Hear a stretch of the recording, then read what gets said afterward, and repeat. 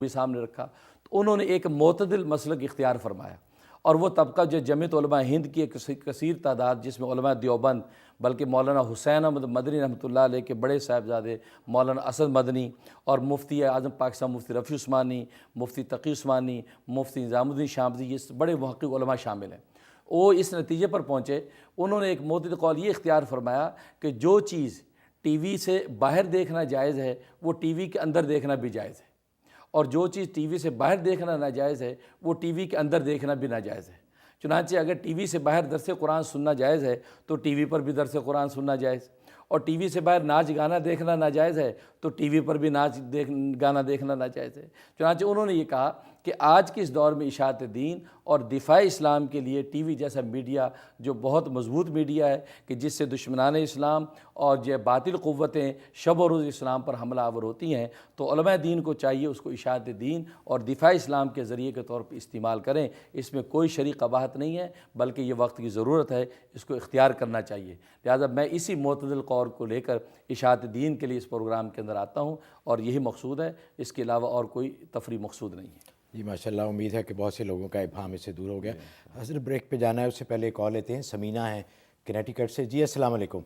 السلام علیکم جی، قاری وعلیکم صاحب سے السلام۔ میرا ایک سوال ہے جی جی کہ میری ایج 40 ہے، لیکن میرا بلڈ پریشر ایوری تھنگ میری نارمل آتی ہے، تو میری ہارٹ بیٹ بہت تیز رہتی ہے۔ پہلے تو 6 مہینے میں ایک بار 2 بار ہو جاتا تھا، لیکن اب تو ایوری ڈے کا معمول بن گیا ہے، جی اور جی اس کے ساتھ سانس بھی جو ہے نا وہ تھوڑی سی مشکل سے کھینچ کے آتی ہے۔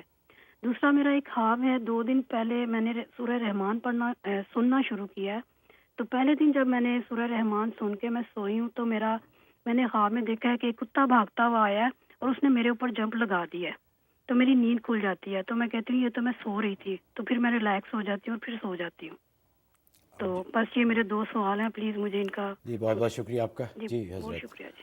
ہاں جی، جہاں تک پہلے سوال کا تعلق ہے تو آپ سورۃ یاسین 3 مرتبہ تلاوت کر کے پانی رکھ لیا کریں، دن بھر اسی میں سے پیتے رہیں، اور رات تک وہ پانی ختم ہو جائے تو پھر یہ کہ صبح کو نیا پانی لے لیں۔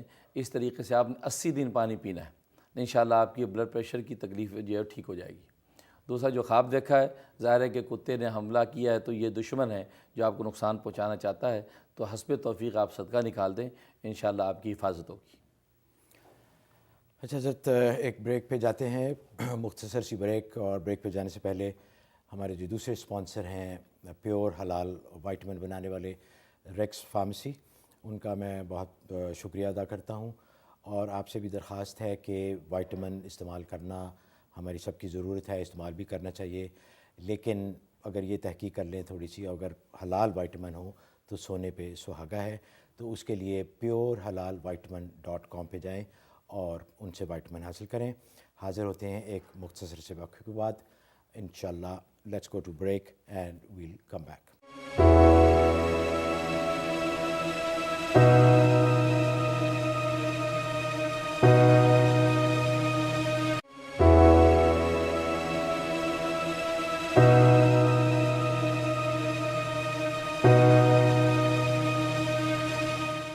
غیب کی باتیں نیو یارک سے لائیو آپ کی خدمت میں حاضر ہیں۔ پروگرام میں دوبارہ بہت بہت خوش آمدید۔ حضرت کچھ ای میلیں دیکھ لیتے ہیں اس سے پہلے کہ دوسری کالیں لیں۔ یہ انہوں نے کہا کہ ان کا نام نہ لیں، بہت دعائیں دی ہیں، پروگرام کہتے ہیں بہت ہی اچھا ہے، اور ان کا ایک خواب ہے کہ ایک بہت ہی سجے سجائے گھر میں کسی سے باتیں کر رہے ہیں اور کہتے ہیں کہ I'll be right back۔ پھر یہ اوپر جاتے ہیں، جیسے کہ اپنے کمرے میں جا رہے ہوں، لائٹ جلاتے ہیں لیکن لائٹ نہیں جلتی، پھر ایک دیوار پر ایک سایہ دیکھتے ہیں جو کہ بڑھتا جا رہا ہے، اور دیواروں پہ وہ سایہ چھا رہا ہے، اور کمرے میں مزید اندھیرا ہوتا جا رہا ہے۔ تو اس خواب کا مطلب واضح ہے کہ کوئی آپ کے کام ہیں جس میں مشکلات پیش آنے کا اندیشہ ہے، کوئی کام آپ نے چھیڑے ہیں تو اس کے اندر جو مشکلات پیش آنے کا اندیشہ ہے، تو لہٰذا اس کے لیے آپ حسب توفیق صدقہ نکال دیں اور 3 مرتبہ سورۃ کوثر کی تلاوت کا اہتمام رکھیں، انشاءاللہ وہ رکاوٹ دور ہو جائے گی۔ اچھا حضرت، انہی کی ای میل میں ایک انہوں نے لکھا ہے کہ ان کی بہن کی عمر 30 سال ہے، اور فرماتے ہیں کہ کسی دہریے کے ساتھ وہ انوالوڈ ہیں۔ 23 سال کی عمر سے وہ باغی ہیں دین سے، اور اس کی وجہ انہوں نے بتائی ہے کہ ان کے رشتے میں کچھ گڑبڑ ہوئی تھی جس کی وجہ سے وہ بالکل دین سے باغی ہو گئی ہیں، والدین اور دوسرے بھائی بہت مذہبی ہیں، نمازی ہیں، دعائیں کرتے رہتے ہیں، تلاوت اور نمازوں کا اہتمام ہے۔ والدین بھی باقاعدگی کے ساتھ تلاوت بھی کرتے ہیں، نمازیں بھی پڑھتے ہیں، ہمارا پروگرام بھی دیکھتے ہیں، اور انہوں نے دعا کی اور کسی عمل کی درخواست کی ہے۔ جی اس کے لیے ایسا کرے، سورۃ انفطار آخری پارے میں ہے، سورۃ انفطار، یہ 7 مرتبہ روز تلاوت کر کے ان کے لیے دعائے خیر کریں کہ اللہ تعالیٰ ان کو راہ راست پہ لے ہیں، تو انشاءاللہ اللہ تعالیٰ ان کے لیے قلب کو بدل دیں گے۔ اچھا حضرت، ایک اور ای میل ہے، کافی لوگوں نے یہ پوچھا ہے کہ حضرت جو وظائف کی مقدار بتاتے ہیں کہ اتنی دفعہ پڑھیں اور اتنے دن پڑھیں اور بغیر ناگے کے پڑھیں، تو کیا حدیث میں یا روایات میں یا صحابہ سے کچھ ایسی ملتا ہے اس کا ثبوت کہ انہوں نے اتنی تعداد میں پڑھے اور اتنے دن پڑھا؟ ہاں یہ اچھا سوال ہے اور وقت کی ضرورت ہے۔ بہت سے لوگ جو ہے یہ اس تعداد مقرر کرنے کو بدعت بھی سمجھتے ہیں۔ اصل میں بات یہ ہے کہ اس کو بدعت سمجھنا نادانی ہے، کیونکہ ذکر و اذکار کی تعداد کو مقرر کرنا خود رسول اکرم صلی اللہ علیہ وسلم سے ثابت ہے۔ آپ نے تسبیح فاطمہ میں فرمایا کہ 33 مرتبہ سبحان اللہ، 33 مرتبہ الحمدللہ، 33 مرتبہ اللہ اکبر، اور ایک روایت میں فرمایا 34 مرتبہ اللہ اکبر پڑھیں۔ ایک حدیث میں فرمایا کہ جو شخص، صحیح مسلم کی حدیث ہے، فرمایا تیسرا کلمہ سبحان اللہ والحمدللہ ولا الہ الا اللہ واللہ اکبر 10 مرتبہ پڑھے گا تو اس کے اللہ تعالیٰ گناہ معاف کر دیں گے، بھلے وہ سمندر کے جھاگ کے برابر ہوں۔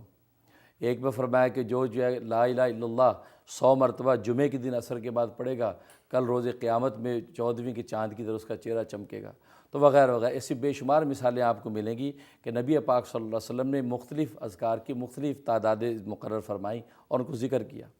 اب رہا یہ سوال کہ یہ تو نبی پاک صلی اللہ علیہ وسلم نے خود مقرر فرمائیں، امتی اپنی طرف سے کوئی تعداد مقرر کر سکتا ہے یا نہیں، یہ بھی ثابت ہے۔ سیاہ ستہ کی حدیث ہے، ابو داؤد شریف کے اندر بھی ہے اور مستدرک حاکم نے بھی نقل کی ہے اور صحیح حدیث ہے کہ ام المومنین حضرت صفیہ رضی اللہ تعالیٰ عنہ 4000 گٹھلیاں جو اپنے پاس رکھ کے بیٹھی تھیں اور اس پر سبحان اللہ کی تسبیح پڑھ رہی تھیں۔ تو نبی پاک صلی اللہ علیہ وسلم تشریف لائے تو پوچھا کیا کر رہی ہو، تو بتایا کہ میں یہ سبحان اللہ کی تسبیح پڑھ رہی ہوں۔ تو آپ نے اس پر کوئی نکیر نہیں فرمائی اور آپ نے اس کو جائز رکھا۔ آپ نے یہ سوال نہیں کیا کہ صفیہ کہ یہ 4000 کی جو تعداد تم نے مقرر کی ہے یہ قرآن میں کہاں آئی ہے یا میں نے کب بتائی ہے۔ تو دیکھیے امت نے اپنے منشا اور طبیعت سے ایک تعداد مقرر کر لی، نبی پاک نے اس کو جائز رکھا۔ اور یہ حدیث کی وہ تیسری قسم جس کو حدیث تقریری کہتے ہیں، کہ ایک حدیث قولی ہوتی ہے، دوسری حدیث فعلی اور تیسری حدیث تقریری، کہ سامنے ہوتا وہ کوئی عمل نبی دیکھے اور اس کی تصویب اور تصدیق کر دے۔ تو دیکھو یہ احادیث موجود ہیں کہ اپنی طرف سے اپنے ایک تعداد مقرر کر کے آپ ذکر و اذکار کر سکتے ہیں، لہٰذا اسی نتیجے میں مشائخ سلسلہ علماء کرام ذکر کی مختلف تعدادیں مقرر کرتے ہیں اور لوگ اس پہ عمل کرتے ہیں۔ اور پھر دوسری بات یہ کہ قرآن کریم میں اللہ تعالیٰ نے فرمایا فَاذْكُرُوا اللَّهَ ذِكْرًا كَثِيرًا، کثرت سے اللہ کا ذکر کرو۔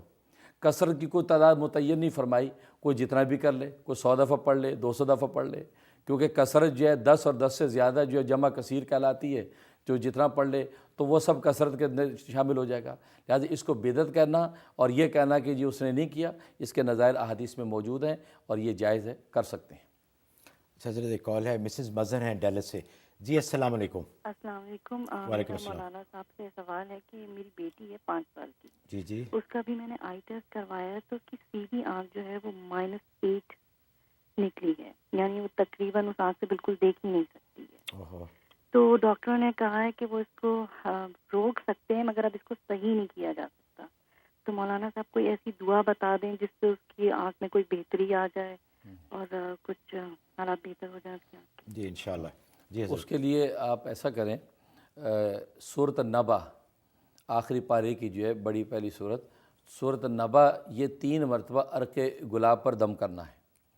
وہ عرق گلاب کو کسی ڈراپر میں ڈال لیں تو صبح دوپہر شام تینوں ٹائم جو 2 قطرے اس کی آنکھ میں ڈالتے رہیں۔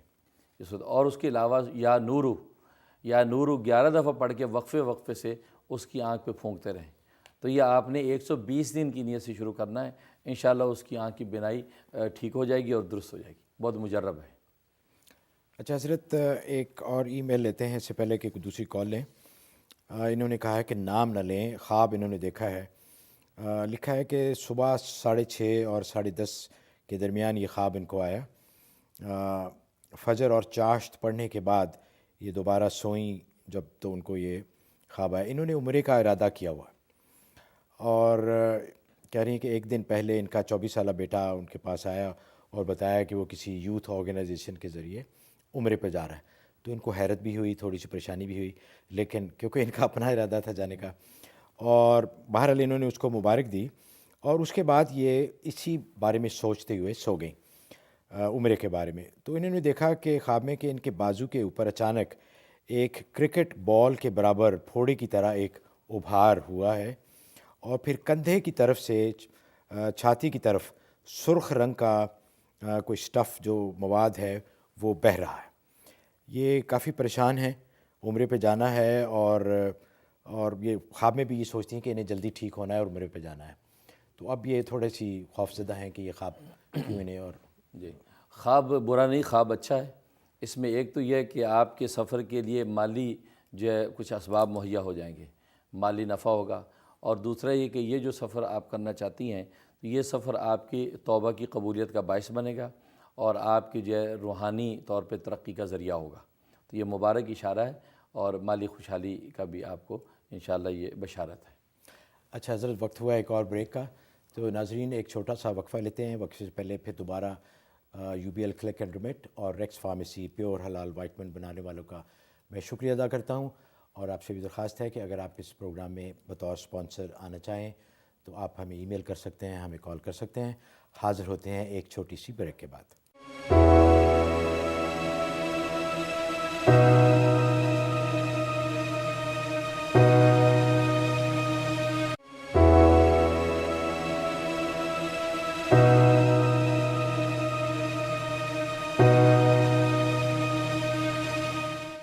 غیب کی باتیں نیو یارک سے لائیو آپ کی خدمت میں دوبارہ حاضر ہیں، اور ناظرین آپ کو پروگرام میں دوبارہ بہت بہت خوش آمدید۔ شروع کرتے ہیں ایک کال سے۔ شبانہ ہیں جی، السلام علیکم۔ جی وعلیکم السلام۔ جی میں بہت اپریشیٹ کروں گی آپ کے پروگرام کو، اور جلد سے جلد سوال کرنا چاہوں گی تاکہ اور لوگوں کو بھی موقع ملے۔ جی بہت میرا شکریہ۔ سوال، جی میرا کوشچن یہ ہے کہ میرے 5 نندے ہیں اور میرے ہسبینڈ ایک ہی بیٹے ہیں، اور شادی کے کچھ عرصے کے بعد کافی حد تک میرے ہسبینڈ اور میرے سسر کو یہ خیال ہوتا تھا کہ میں بہت صبر کرتی ہوں، میں آگے سے کبھی کچھ نہیں بولتی۔ قصہ مختصر یہ کہ میرے سسر کی ڈیتھ ہو چکی ہوئی ہے، لیکن میری تمام نندیں اور میری ساس میرے ہسبینڈ کو اتنا زہر بھرتی تھیں کہ اب وہ بھی بہت خلاف ہو گئے ہیں، بہت زہر آلود باتیں کرتے ہیں، بہت زیادہ ان میں نفرت بھر چکی ہوئی ہے کہ یہ تعلق میاں بیوی کا اب بہت زیادہ سفر ہوتا ہے۔ جی حضرت، تو اس کے لیے آپ ایسا کریں، سورہ جمعہ یہ 7 مرتبہ روزانہ تلاوت کر کے پانی پہ دم کر کے دونوں میاں بیوی پئیں، گھر میں اور جو افراد ہیں ان کو بھی پلائیں، اور چلتے پھرتے ہر وقت جو یا جلیلو یا ناصرو، یا جلیلو یا ناصرو کا ورد کثرت سے کریں اور سورہ جمعہ کی تلاوت کریں، انشاءاللہ حالات سازگار ہو جائیں گے۔ اچھا حضرت، ایک اور کالر ہیں مطاہر غوری نیو جرسی سے۔ جی السلام علیکم مطاہر صاحب۔ ہیلو۔ السلام علیکم ایوان صاحب، حضرت السلام علیکم۔ جی وعلیکم السلام، خیریت سے ہیں آپ؟ مطاہر غوری بات کر رہا ہوں نیو جرسی سے۔ جی فرمائیے۔ حضرت میرا سوال یہ ہے کہ ابھی آپ نے ذبیحہ کے بارے میں ارشاد فرمایا، جی میرا آپ سے سوال یہ ہے کہ یہاں پہ بہت سارے انڈین ریسٹورانٹ بھی ہیں، جہاں پہ ہم جاتے ہیں تو وہ ہم سے کہتے ہیں کہ جی ہمارا جو گوشت ہے وہ ذبیحہ ہے، حلال ہے۔ تو ایک تو یہ کہ ان کے یہاں کھانا جائز ہے اور ان کی بات ماننا جائز ہے، جی، اور دوسرا یہ کہ وہ لوگ برتن سرو کرتے ہیں، چمچے اور پلیٹ وغیرہ، ان میں کھانا جائز ہے کہ نہیں؟ جی بہت بہت شکریہ حضرت۔ اس موضوع پہ پہلے گفتگو میں کر چکا ہوں کہ جو اگر ہندو جو ہے انڈین ریسٹورنٹ ہے تو کسی ہندو کی بات کا اعتبار نہیں ہے شرعاً، حلت و حرمت میں ان کی بات کا اعتبار نہیں ہے، کہ کسی مسلمان ہی کی بات کا اعتبار ہے، اور اس لیے جو وہ اگر کہتے کہ حلال ہے تو آپ کو اس کی تحقیق کرنی چاہیے، اور وہاں کھانا آپ کے لیے جائز نہیں ہے۔ باقی برتنوں کے حوالے سے بھی آپ اس کی بالکل کانشیس لیں کہ بھئی وہ برتن کے حوالے سے کیا کرتے ہیں، کیونکہ شنید یہی ہے کہ برتنوں کے حوالے سے بھی کوتاہی کرتے ہیں، اور ایک طرف جو ہے وہ جھٹکا پک رہا ہے، دوسری طرف جو ہے حلال پک رہا ہے، تو چمچے مکس ہو جاتے ہیں آپس میں۔ تو یہ ساری چیزیں میں نے پہلے ڈسکس کی ہیں، اس بارے میں مسلمانوں کو محتاط رہنا چاہیے، جلدی سے اس بات کو تسلیم کر کے جو سامنے آیا کھا لیا، ایسا نہیں کرنا چاہیے، یہ شرعاً جائز نہیں ہے۔ اچھا حضرت، ایک اور ای میل انہوں نے اپنا خواب بتایا ہے